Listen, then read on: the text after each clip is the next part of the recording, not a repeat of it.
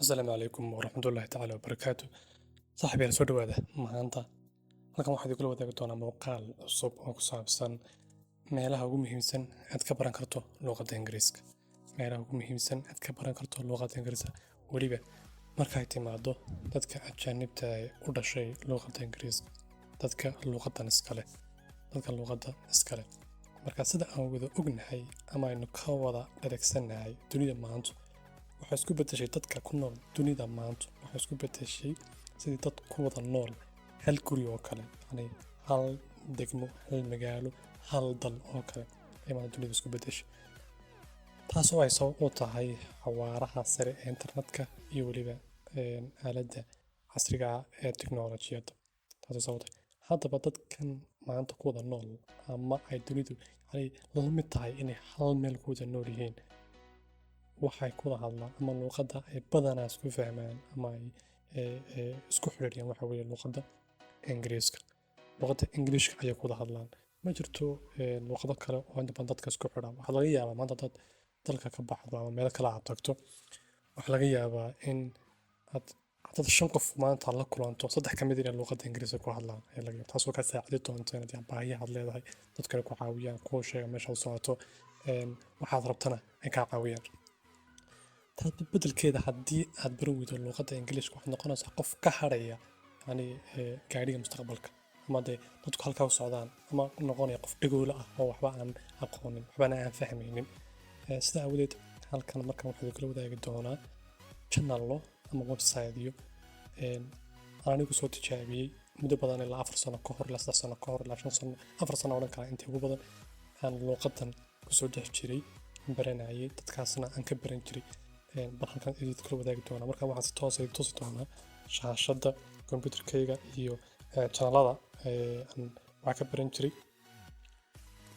Marka halkan markaad soo gasho Google-kaaga waxaad ku qoraysaa infid English, waxaad ku qoraysaa infid English, waxaad ku qoraysaa infid English.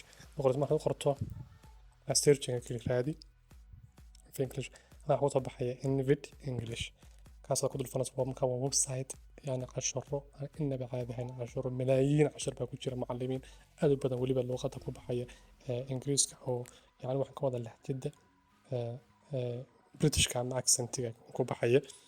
Marka halkan markaad soo gasho waxaad arkaysaa waxa cashar ku jira imika levelka waxaa ku jira 2128 lessons baa ku jira, yani intaasoo cashar baa ku jira. Waxaa ku jira 20,128 cashar baa ku jira oo kala leh heerarka kala duwan ee luqadda Ingiriiska, sida heerka 1 oo beginner iyo heerka 2 oo ah intermediate iyo heerka u dambeeya oo ah advanced. Marka halkanna macallimiinta ka dooran doonta. Marka macallimiinta aadka ku xirnaa waxaa ka mid ah macallinka la yiraahdo Adam, gabadha la yiraahdo Emma, gabadha wataas idna waxa la yiraahdaa Emma wataas ka macallinta ugu fiican ee anigu inta badan aan wax ka dhigan jiray. Waxa ka dhigan jiray Benjamin, ninkaas Benjamin la yiraahdo. Marka bal mid ka mid ah aan ku dhufanno ka bacdi waan raadinay. Marka halkan waxaad arkaysaa waxa cashar meesha ku jira tobiyada kala duwan, macallimiintoodii kuwii bixinayay. Marka halkan soo gasho xaqiiqatan qof walba yani markaas aan waxba uga sheegi maayo. Qofka halkaas soo galo qofka halkuu doono iyo qofkuu doono iyo casharkuu doono iyo heerkuu doono ayuu markaa baaran karaa, isagaa markaa baaran kara. Muhiimaddu laakiin waxay tahay inaan idin tusiyo website-yada ugu muhiimsan ama meelaha ugu muhiimsan luqadda Ingiriiska aad ku baran karto. Halkan hadda waxaan furay at ingvid.com in the comment section. She mentioned that it's very difficult for her to understand how to pronounce words with the letter A. So I said I'll make a video.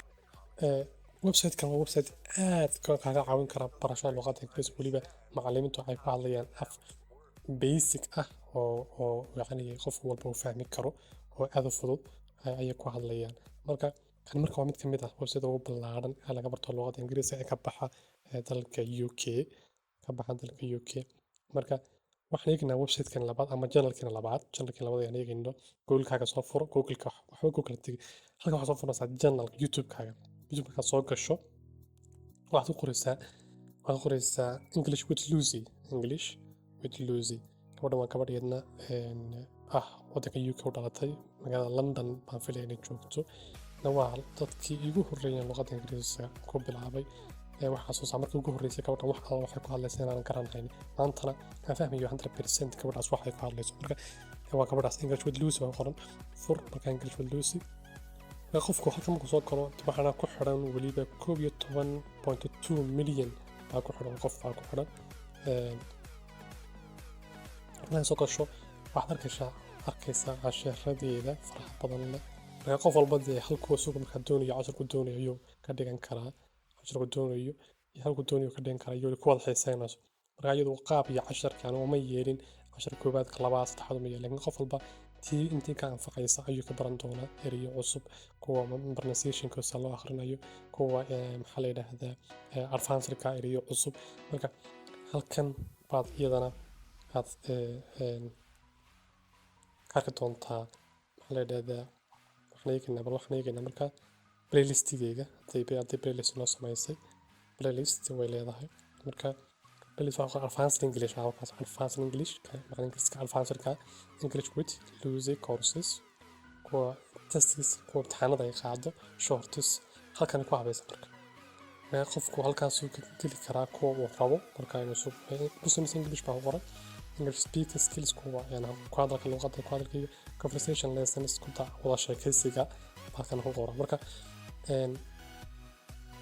marka tii aad doonayso pronunciation intaa ku qoran pronounce sida loogu dhawaaqo kelmadda hadalka loogu dhawaaqo marka qofku halkii marka adiga ku daran ee adiga kuugu adag ee doonayso in maaragtay xoogga saarto ayaad xoogga saari kartaa